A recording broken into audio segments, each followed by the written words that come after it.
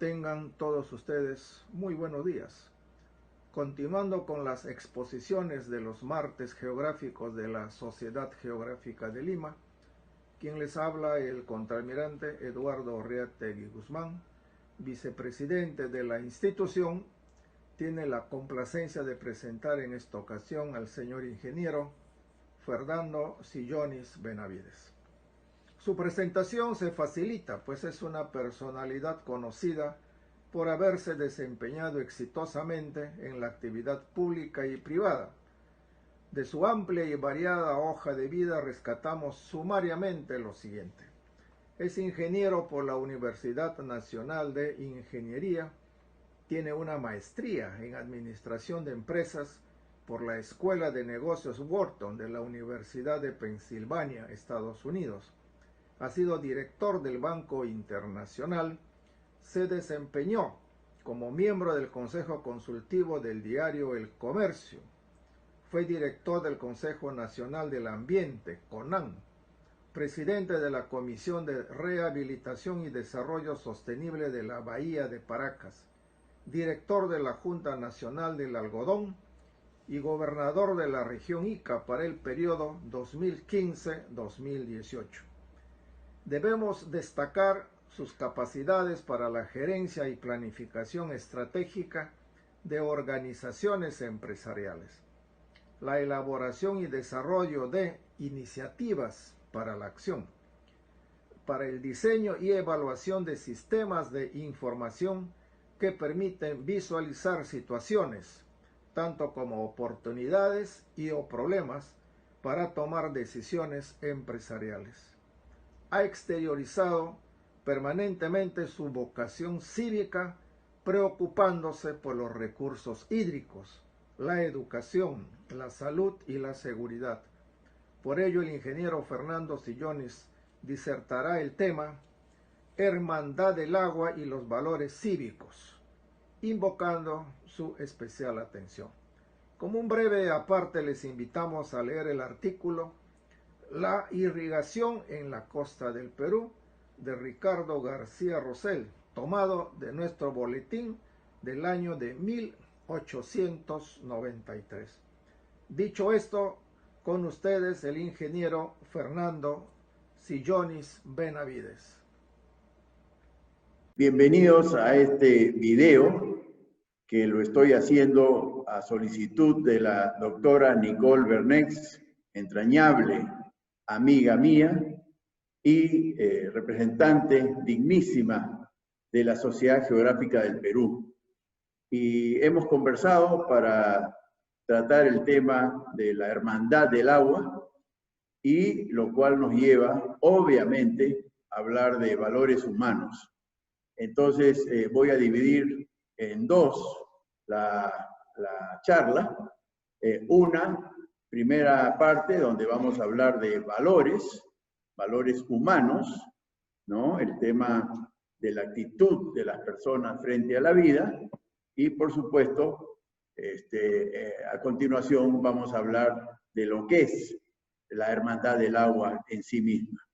Espero tomar unos 40 minutos, 45 minutos, y, en fin, encantado de poder compartir una experiencia que me tocó vivir cuando estuve en el gobierno regional de Ica, donde establecimos una verdadera hermandad del agua con nuestros hermanos huancavelicanos, y la verdad que doy muchas gracias al pueblo huancavelicano, gracias a Dios, gracias a todo lo que hizo posible este diálogo estupendo con nuestros hermanos huancavelicanos. Al final de la charla me parece que van a comprender el motivo de mi alegría, de mi satisfacción y de mi gratitud hacia todos los que hicieron posible este bello hermanamiento. En primer lugar, entonces, voy a compartir la pantalla para hablar de los valores que, en mi opinión, tienen que primar en todas las acciones de los ciudadanos del Perú frente a la vida en general y, por supuesto, frente a nuestra relación entre costa y sierra, por ejemplo, y concretamente el caso de Ica y Huancavelica. Así que me permitirán compartir la pantalla y vamos con la presentación de la parte de los valores, ¿no? Es Cívica. Cívica es la Asociación Cívica por el Perú, que me honro en participar, y tiene mucho que ver con ICA. Nosotros jugamos siempre con las palabras para que la palabra ICA esté presente, dándole sentido, más sentido aún a todas nuestras presentaciones. Esta es la Asociación Cívica por el Perú, pero ciertamente inspirada en nuestra experiencia estupenda en la región ICA durante el periodo 2015-2018. Efectivamente, lo que se plantea para nuestro país es una revolución moral, una auténtica revolución del espíritu, porque a diferencia de otras circunstancias y de otras realidades, lo que el Perú necesita no es una revolución armada, por ejemplo, no es una revolución económica, no es una revolución constitucional, normativa. Nosotros tenemos todo para salir adelante, sin embargo, es la moral, ¿no? Concretamente la corrupción, lo que nos está haciendo mucho daño. Y ciertamente poner a la población como objetivo supremo de todas las acciones de los ciudadanos, de las autoridades, sobre todo del Estado, ¿no? Es la población a la que tenemos que brindarle bienestar y progreso. Obviamente el agua, como van a ver, y lo dice en la primera expresión, tenemos que gobernar en el nombre del agua. Así empieza todo esto. Y por supuesto, para hablar de bienestar, también tenemos que hablar de salud, educación y seguridad. A ese respecto, es de más decir que la salud y el agua están íntimamente relacionadas. Así que el agua es mucho más que el solo líquido elemento. Así que de eso vamos a conversar en esta presentación. El Perú, hay que reconocerlo, estamos en el año 2020 y somos un éxito macroeconómico. Eso lo ha reconocido propios y extraños, y hemos sido los peruanos los que hemos articulado este éxito macroeconómico. Este éxito no vino de afuera, fue gestado desde adentro, y esto se ha transformado en un éxito productivo. El Perú se ha desarrollado de manera diversificada a través de todos esos sectores. Leo algunos de ellos: minería y siderurgia, energía. Somos un país con energía, eso pocos lo valoran de acuerdo a su real significancia. Somos un gran país pesquero y maricultor. Y qué decir en agricultura y viverismo, la costa peruana realmente está dando mucho que hablar. Avícolamente y ganaderamente también nos hemos desarrollado. La industria manufacturera, en todos los ámbitos, el turismo y la gastronomía. Lo que estamos viviendo ahora es un traspié terrible, sin embargo esto va a pasar y el turismo y la gastronomía van a volver a ser estos puntales, ¿no?, que nos enorgullecen a los peruanos con esas maravillas como son Machu Picchu, Paracas, Nazca, Zipán, etcétera, ¿no? El comercio y los servicios y la cultura y el arte. Repito, somos un éxito en el ámbito productivo, macroeconómico. Sin embargo, con pena lo decimos, somos un fracaso estrepitoso en lo social. La salud pública lo estamos viviendo minuto a minuto, en realidad, ya ni siquiera día a día, minuto a minuto, y estamos viendo las precariedades terribles que padecen muchos peruanos pobres respecto de los servicios de salud pública, la muy mala educación estatal, la inseguridad ciudadana y la pésima infraestructura pública, empezando por el agua. Hay millones de familias peruanas que no tienen acceso a agua potable las 24 horas al día. Millones. Y eso no es justo, eso no lo merecen estas familias. El Perú tiene todo para brindar estos servicios a su población. Incluso vivienda. Hay 1.600.000 familias que viven en espacios que no se pueden calificar como vivienda. Son chozas, literalmente, de esteras, de cartón usado, plásticos, que no tienen los más mínimos servicios que dignifican la vida de todas las personas. Y la infraestructura logística, empezando por la carretera central, por solo mencionar una, pero incluso la carretera panamericana, el tráfico, las congestiones, las descalifica como carreteras de transporte de carga y de personas. Y ni qué decir la red ferroviaria, incluso los puertos, hasta el aeropuerto de Lima, se puede decir que es una infraestructura precaria, porque a los aeropuertos en todo el mundo medianamente digno se llega con fluidez. Al aeropuerto Jorge Chávez se llega con 1000 tropiezos de tráfico y eso, repito, no constituye una buena infraestructura. Entonces, sí, pues, somos este país con éxitos extraordinarios en el ámbito macroeconómico y productivo y fracasos estrepitosos en lo social. Entonces, se trata de corregir eso. Esquemáticamente, el modelo peruano ha tenido, en términos generales, porque siempre hay excepciones a las generalidades, en términos generales, basados en la Constitución de 1993, hemos captado muchas inversiones privadas, a partir de la cual se ha generado mucho trabajo, mucho aumento de producción de bienes y servicios. Hemos competido en el mundo con éxito y, por supuesto, las ganancias, como tenía que ser, se distribuyeron entre ahorro privado que revirtió al proceso productivo, generando el círculo virtuoso del ahorro, inversión y trabajo, y una fracción importante, el 30% de las ganancias, se constituyeron en tributos para formar el presupuesto público. Y la gran falla peruana está en los servicios públicos. Repito, agua, salud, educación y seguridad. De manera que, en términos también muy esquemáticos, muy generales, ¿no?, el Estado falló en administrar los recursos tributarios que le brindó la ciudadanía. Entonces, se trata de mantener, mejorar, potenciar lo que funcionó y corregir lo que no funcionó, corregir lo que fracasó. Y esa es la parte de la presentación, ¿no? A eso busca, ¿no? Corregir lo que falló. En primer lugar, cuidado con tratar de pretender desconocer la Constitución del 93 y recurrir a la Constitución previa, que fue la de 1979.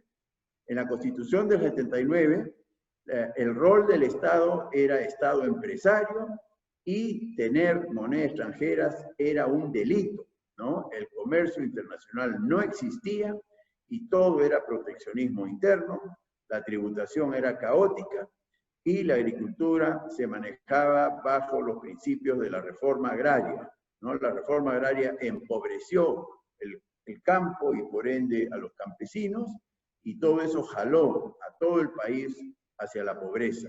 Nosotros terminamos el año 80 en una situación ruinosa, y fue la Constitución del 93 la que cambió la visión del rol del Estado y le cedió al sector privado nacional y extranjero la prerrogativa de la inversión productiva con mucho éxito.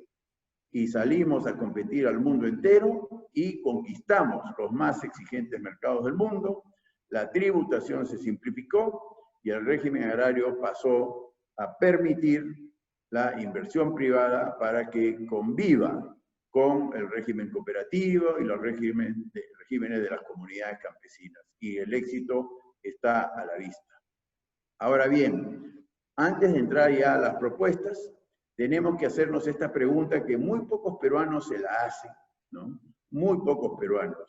Y es esta: ¿nos estamos burocratizando? ¿Y a qué extremo, ¿no? En consecuencia, con estos tres gráficos voy a tratar de responder a este interrogante. Aquí está un indicador que muestra el índice macroeconómico, que es la recaudación tributaria.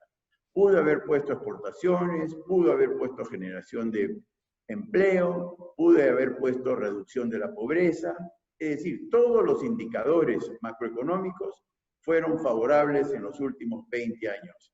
Aquí hay uno de ellos. En los últimos 20 años, la tributación subió de algo menos de 30.000 millones de soles al año a más de casi 130.000 millones de soles al año. Se quintuplicó la recaudación a pesar de las crisis políticas, las crisis de la corrupción. El año 2019, cuando ya el boom de los minerales había transcurrido hacía casi 9 años, como que ocurrió en el 2011, y los precios de los metales estaban en baja, nosotros tuvimos récord de tributación. Eso denota que la economía peruana no depende, como dicen muchos, exclusivamente de la minería. Es una dependencia diversificada y en términos generales creció a lo largo de los 20 años, con algunos baches como el del 2008 y el del 2015. Sin embargo, el año pasado, ¿no?, el año 2019, récord de recaudación tributaria. El problema es es la burocracia que no incluye en este gráfico la burocracia que sí se justifica. O sea, en opinión de muchos, las burocracias que sí se justifican, por ejemplo, son las remuneraciones de los médicos y enfermeras. Vaya que necesitamos más médicos y enfermeras y mejor remunerados. Tampoco incluye este gráfico todo lo que es la remuneración de los maestros y directores de escuelas y universidades. Tampoco incluye a todo lo que tiene que ver con la seguridad, como son los policías y militares, y tampoco tiene que ver con la cuarta burocracia que sí se justifica en todo país, como son los jueces y fiscales. Entonces, este gráfico denota lo que se gasta en burocracia en las demás funciones estatales. O sea, estos son funcionarios que no enseñan, que no curan, que no cuidan y que no juzgan. Y eso se ha disparado en el Perú. Y eso no es bueno, porque bueno fuera que hubiésemos destinado la riqueza tributaria en más y mejores médicos, más y mejores maestros, más y mejores policías y militares, y más y mejores jueces. Pero no, lejos de haber destinado los recursos a esas funciones, las hemos malgastado en estas burocracias que no son ninguna de las cuatro antes mencionadas. Y comparando ambos indicadores y nivelando ambos a 100 en el año 2000, pues resulta que el gasto en burocracia ha crecido mucho más, concretamente el doble, que la recaudación tributaria. O sea, un contrasentido. El Perú debería estar celebrando la mejora de la salud, la educación, la seguridad y la justicia, ¿no?, si es que hubiésemos invertido la bonanza tributaria en esas funciones públicas. Pero no, lejos de hacer eso, lo hemos destinado a burocracias innecesarias. Por eso es que hay mucha gente que con razón se queja de la falta de servicios públicos, y tienen razón. Entonces, con ese diagnóstico vamos a la propuesta, ¿no? Entonces, hablando de valores, tenemos que poner por todo lo alto los verdaderos espíritus, el espíritu humano que nos debe guiar, y es el espíritu de la verdad, el espíritu de la justicia, el espíritu del bien y el espíritu de la vida. El agua tiene mucho que ver con verdad, justicia, bien y vida. Es una pena cómo el mundo se está llenando de falsedades y mentiras, se está llenando de injusticias y del mal, y por supuesto se está llenando de muerte. Tenemos que recordar que la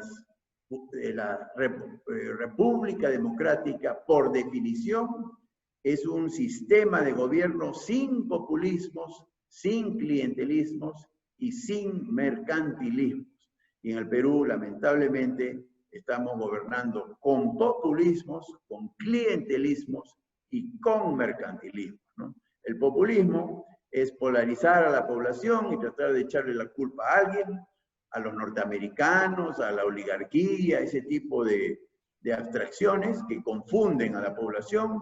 El clientelismo es favorecer a los militantes, a los familiares y a los amigos, lo vemos todos los días en la televisión, y el mercantilismo es favorecer indebidamente a empresarios que quieren protección para que nadie compita con ellos. El Club de la Construcción es un caso perfecto de un mercantilismo perverso.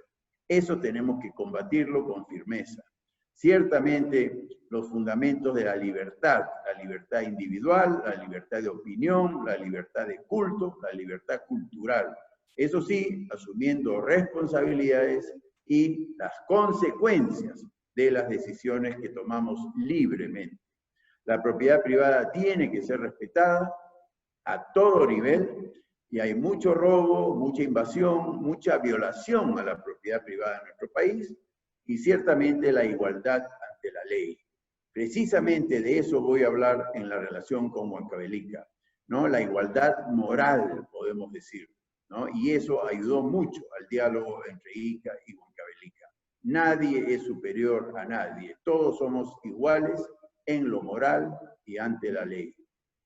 Después, desde el punto de vista de política republicana, tenemos que revisar los logros de las instituciones peruanas y tenemos que ser objetivos y reconocer que el Poder Judicial está manchado por la corrupción, el Parlamento también, y la relación entre el Poder Ejecutivo, gobiernos regionales y locales está completamente desarticulada. Estamos viendo cómo distritos desconocen los planes y las pautas de las provincias, de las regiones, incluso del gobierno central, ¿no? Y cómo gobernadores regionales desconocen también la política nacional. Eso se tiene que corregir. E imponer la meritocracia en el Estado. El único mérito de muchos burócratas que están ingresando al Estado es ser amigo de la autoridad de turno, o ser militante del partido que está en el cargo, y no tienen otro mérito más que ese. El mérito tiene que ser profesional, académico, experiencia, etc. Ciertamente, la política republicana se basa en el Estado de Derecho y, por supuesto, en la dignidad de las personas. Hablando también de relación con Huancavelica, el haber dignificado a los huancavelicanos desde Ica generó mucha confianza y eso nos permitió ir para adelante. En cuanto a los valores que tenemos que imponer en el Estado, aparte del de la honestidad, la veracidad y la laboriosidad que responden al extraordinario legado moral inca de Ama Sua, Ama Yuya, Ama Queya, tenemos que incidir en los valores de la austeridad. El gobierno, el Estado peruano no es austero. Hay mucho gasto en imagen de las autoridades de turno, hay mucho gasto en cócteles, muchos gastos de viajes, etc. Y lo menos que merecemos los peruanos es el despilfarro de los recursos tributarios. Después el tema del respeto. Acá también el respeto fue determinante en el éxito de la relación entre Ica y Huancavelica, empezando por la puntualidad y ciertamente el respeto al medio ambiente. Y obviamente, como valor de Estado, el valor de la solidaridad. Hay mucha gente necesitada en nuestro país y los peruanos estamos obligados, no solo moralmente, sino también legalmente a ser solidarios, ¿no? En cuanto a estilos, tenemos que simplificar los trámites en el Estado y la digitalización puede ser un gran aliado, así como la eficiencia y la productividad. Nada de trabajar simplemente para vegetar en el Estado. Uno trabaja en el Estado para servir a la ciudadanía. La ciudadanía, a su vez, tiene que ser mucho más participativa, ¿no? Y lo hemos visto cuando se recurre a la ciudadanía, esta participa y logra resultados estupendos. Yo estoy seguro que la seguridad ciudadana, la limpieza pública, incluso luchas contra pandemias como la que estamos viviendo, serían mucho más efectivas con la participación ciudadana. y ciertamente la transparencia tiene que caracterizar el estilo del gobierno. En cuanto a espacios a intervenir, tenemos el espacio del hogar. El espacio del hogar en nuestro país se está malogrando por los noticieros televisivos, donde solo se propalan muertes, acosos, violaciones, corruptelas y farándula. Las televisoras, las radios, los medios periodísticos tienen que, además de informar, tienen que educar y tienen que entretener de una manera saludable, moralmente saludable. Y eso no está ocurriendo, ¿no? Igual en las escuelas. Las escuelas no son lugares de adoctrinamiento, son lugares de educación, y es educación en conocimientos, en desarrollo humano, en civismo. Lo mismo, la empresa está siendo muy vapuleada como concepto, y en la empresa es una escuela de compañerismo, donde se pone a prueba el esfuerzo y el talento de las personas. Ciertamente, el valor de la formalidad también se puede trabajar desde la empresa, y obviamente también el espacio de la comunidad tenemos que cuidarlo mucho para lograr la dignificación de todos los peruanos. Y aquí ya vamos entrando en materia, ¿no? Las acciones y servicios a priorizar está número 1 como máxima acción a priorizar, el agua, que es lo que está motivando esta presentación. Y por supuesto, la vivienda digna y la infraestructura pública, ¿no? El Estado tiene que concentrarse en eso. Entonces yo quisiera ver a mi país completamente comprometido con todo lo que son proyectos de afianzamiento hídrico, distribución de agua, potabilización de agua, tratamiento de aguas servidas. Todo el mundo del agua tiene que estar como máxima prioridad en las acciones de gobierno. Y ciertamente salud, educación y seguridad. Como dije al inicio de la presentación, son las 4 grandes carencias, pero repito, el agua es, en mi opinión, la máxima carencia que tiene que ser abordada con la máxima prioridad. Por el lado de la generación de las riquezas, todo vale en tanto sea ambientalmente sostenible, ¿no? La riqueza natural, la riqueza manufacturera, la riqueza generada por los servicios y, por supuesto, la riqueza extraordinaria que se puede generar con innovación y creatividad. Las nuevas tecnologías están de moda y en el mundo está asombrado de ver cómo una nueva tecnología, ¿no? A veces insignificante en cuanto a tamaño, peso y masa, pueden revolucionar la vida en el planeta, y eso lo vemos en las industrias de tecnología actuales. Y por supuesto, la cultura y el arte. Pero la riqueza se genera en todos los ámbitos, ¿no? Y felizmente el Perú tiene una opción de salida rapidísima. Aquí le llamo las inversiones 4x4. En realidad es 4 por 40.000 millones de dólares cada una, ¿no? El Perú podría generar un proceso de inversión enorme que pudiese sacarnos de este hoyo profundo en el que nos encontramos a consecuencia de la pandemia.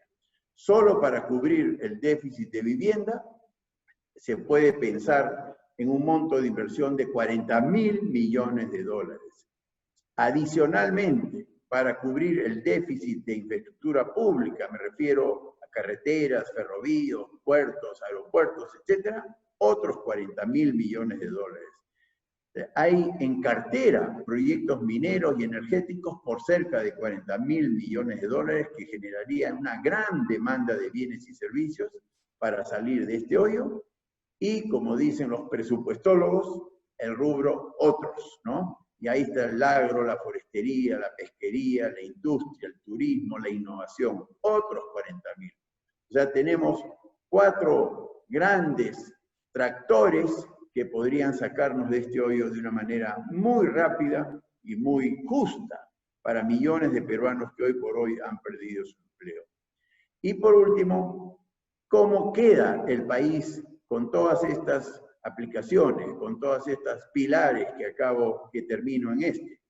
Bueno, es un país con pleno empleo productivo, un país formal, basado en un Estado promotor, no un Estado sancionador, acosador o maltratador. Es un Estado que promueve la formalidad, pero de una manera cordial y conveniente.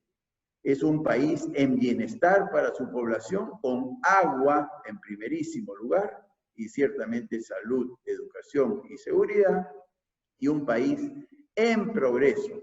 Progreso en lo político, en lo económico, lo cultural, lo social, lo tecnológico.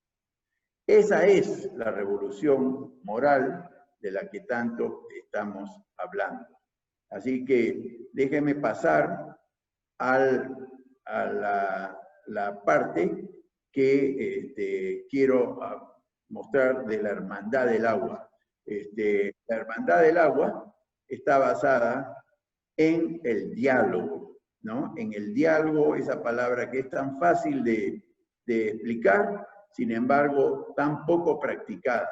Entonces, déjenme mostrar un video y al final otro segundo video para mostrar a qué me refiero, ¿no? En consecuencia, aquí está el primer video.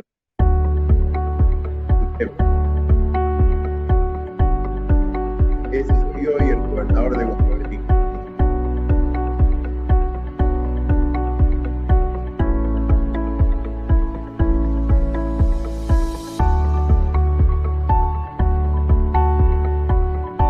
Quiero agradecer a Huancavelica por estos 3 años de hermanamiento.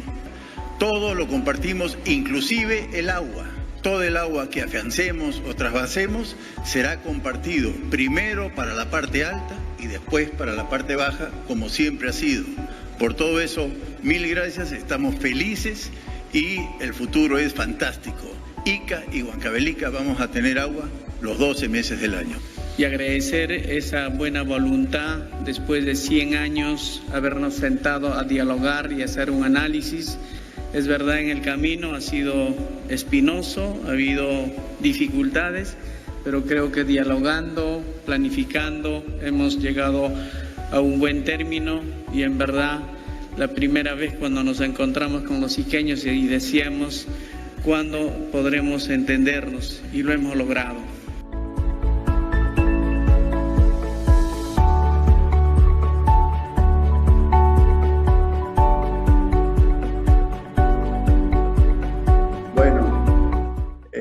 Quiero dejar de compartir y entrar a explicar cómo se logró eso. Entonces, esa imagen del gobernador de Huancavelica en Palacio de Gobierno, reconociendo que luego de 100 años de disputa nos sentábamos iqueños y huancavelicanos para hermanarnos, la verdad que a mí me conmueve. Y él usó la palabra diálogo recurrentemente en ese minuto y medio que estuvo presente en la ceremonia de suscripción del convenio. Entonces, repito, diálogo es la palabra clave, en consecuencia, no queda otro camino. Y diálogo, lamentablemente, es un proceso muy poco practicado en nuestro país. Hay mucho abuso, hay mucha pretensión de imponerse por la fuerza y el diálogo está muy ausente. Han visto el video y yo creo que las palabras están de más en un video como ese. Ahora, ¿cómo logramos ese hermanamiento entre Ica y Huancavelica? Ya lo he dicho, es a partir del diálogo, pero el diálogo está basado en 4 grandes principios.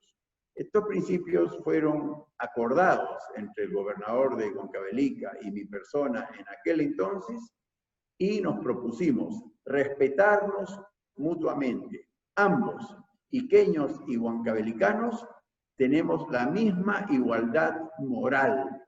Nosotros somos igualmente dignos.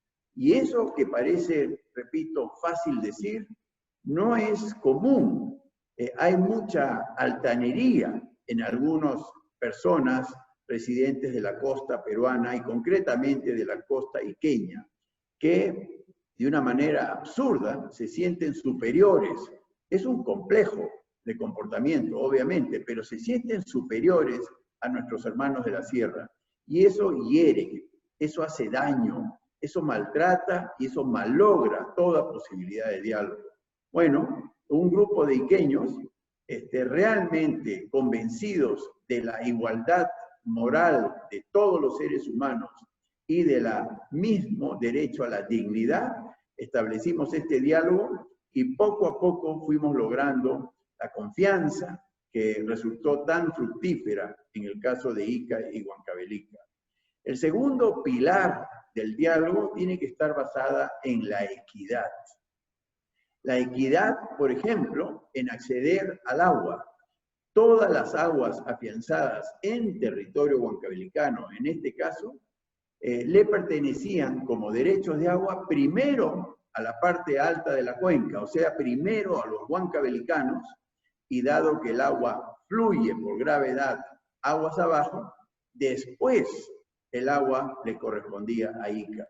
En Ica había muchos iqueños que pretendían el agua de Huancavelica sin que los huancavelicanos pudieran hacer uso de ello. Ese era lo más absurdo que he visto en toda mi vida. En consecuencia, eso es para empezar, la equidad, ¿no?, en los derechos de agua. Y después establecimos la equidad en tres grandes instituciones. En primer lugar, el famoso PETAC, el Proyecto Especial Tambo Caracocha. Es un proyecto especial cuya sede está en Ica y cuyos directores son todos iqueños. Eso jamás lo entendí yo, siendo iqueño.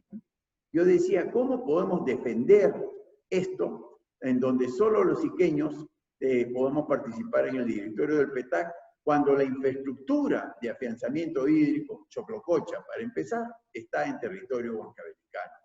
Entonces, lo primero que hicimos fue abrir el directorio del PETAC, del Proyecto Especial Tambo Caracocha, para que los huancavelicanos estén representados con el mismo número de representantes o directores que el número de representantes iqueños. Eso, que es un gesto solamente, pues generó mucha gratitud de parte de los huancavelicanos y mucha empatía. Así que detalles como esos son muy importantes. Después, entre Ica y Huancavelica, constituimos la Mancomunidad Regional Huancavelica-Ica, también para hermanarnos a través de una institución con la mitad de representantes de Huancavelica y la otra mitad de representantes de Ica. Mitad. Eso es muy interesante. No se trata de cuánto Producto Bruto Interno produce Ica, cuánto Huancavelica, o cuánta población tiene Ica y cuánta población tiene Huancavelica, para que uno tenga más o menos representantes en los directorios. Eso queda de lado. Lo que queremos es la igualdad y la equidad, ¿no? Y en todos los consejos de cuenca lo mismo. Tampoco se trataba de determinar cuántas hectáreas le corresponden a Huancavelica y cuántas a Ica. En los consejos de cuenca, de los 4 ríos que tenemos en Ica, todos los cuales nacen en Huancavelica, pues los consejos de cuenca estaban conformados con igual número de representantes, tanto de Ica como Huancavelica. Aunque parezca mentira, ese pilar de la equidad facilitó mucho el diálogo entre iqueños y huancavelicanos y los resultados están a la vista. Después llevamos también sobre la mesa el concepto de la justicia. El concepto de la justicia está basado fundamentalmente en la promoción de un canon hídrico. Un canon, o sea, un pago que se haga por el agua que Huancavelica, en este caso, le brinda a Ica. Lamentablemente eso no se ha logrado. El Parlamento siempre ha escuchado, pero nunca ha actuado hasta ahora.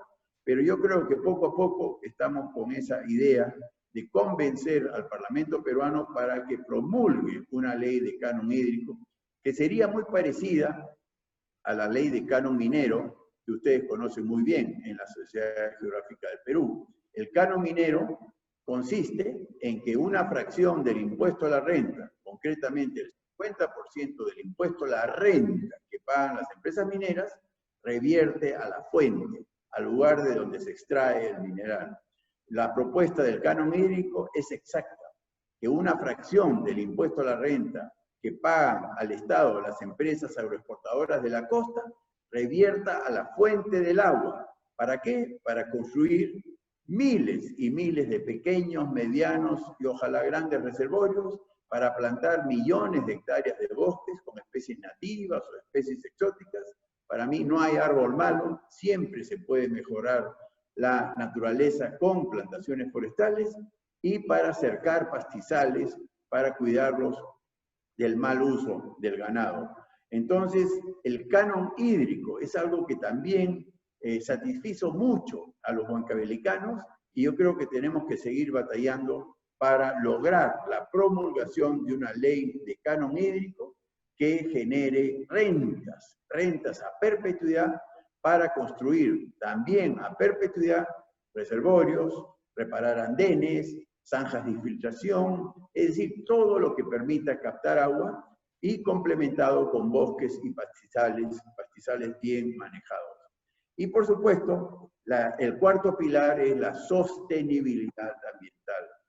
Es maravilloso ver cuánto valoran nuestros compatriotas de la sierra a sus bofedales, sus lagos y lagunas, sus nevados, sus pastizales y su vegetación. De manera que eso está por encima de todo. Tenemos que respetar a la naturaleza porque ellos le dan un valor enorme y yo creo que hacen bien en darle valor.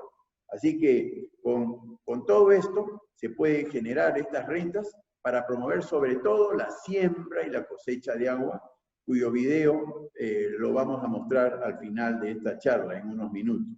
Pero es básicamente construir reservorios, plantar bosques y pasturas y después instalar sistemas de riego y por supuesto todo lo que permita mejorar la agricultura altoandina. Entonces, repito, la Hermandad del Agua constituye un proceso de diálogo, no es más que eso, pero es un diálogo franco basado en los 4 pilares que he mencionado. Número 1, respeto. Número 2, equidad. Número 3, justicia. Y número 4, sostenibilidad ambiental. Y termino también compartiendo la pantalla con el último video para que vean los conceptos de la Hermandad del Agua. A ver si lo tenemos por acá. Un ratito voy a cargar.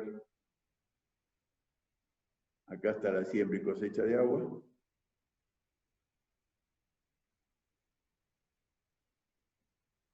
Ahí lo vemos.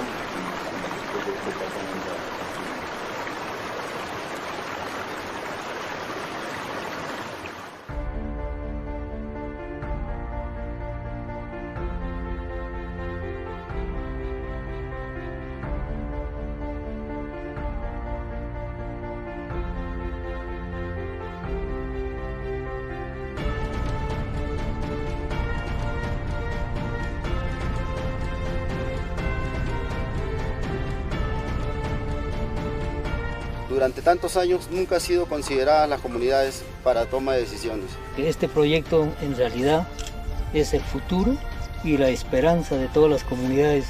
Para mejorar nuestra agricultura, nuestra ganadería. Vemos el progreso y el avance que se ha dado acá en nuestra comunidad. Creo en este proyecto, que nos favorece a nuestra comunidad y a las otras comunidades. Quedará pues para nuestros descendientes. Si alguna vez hay que arriesgar, hay que darle empuje a este proyecto, yo creo que es ahora. Porque los logros se están viendo, casi al 100%.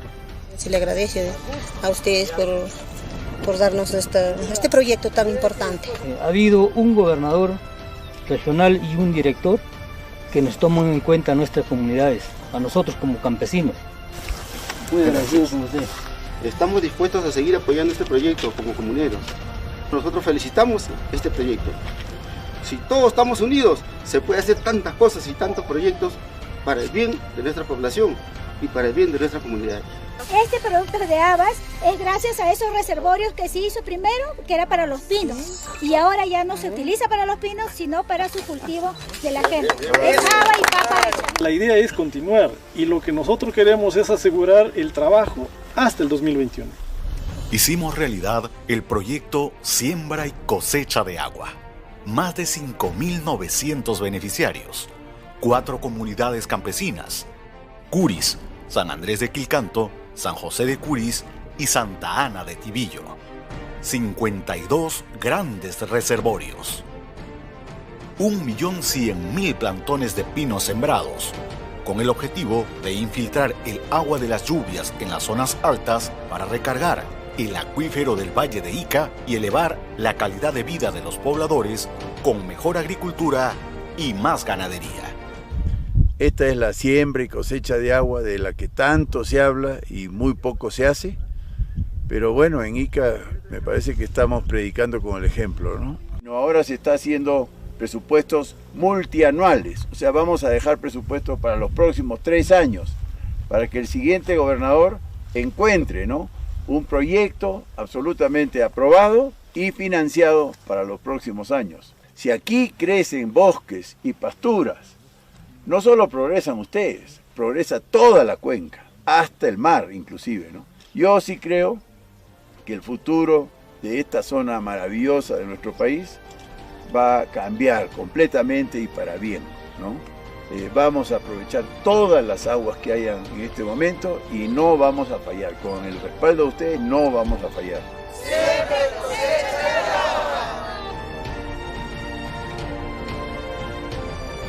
Bueno, esa es pues la alegría, la satisfacción de los comuneros. En el primer video vimos cómo el gobernador de Huancavelica valoró mucho el proceso de diálogo y lo reconoció, ¿no?, que después de 100 años de luchas, de disputas y por supuesto de no lograr nada concreto en favor de nuestros pueblos, producto del diálogo se logró este hermanamiento.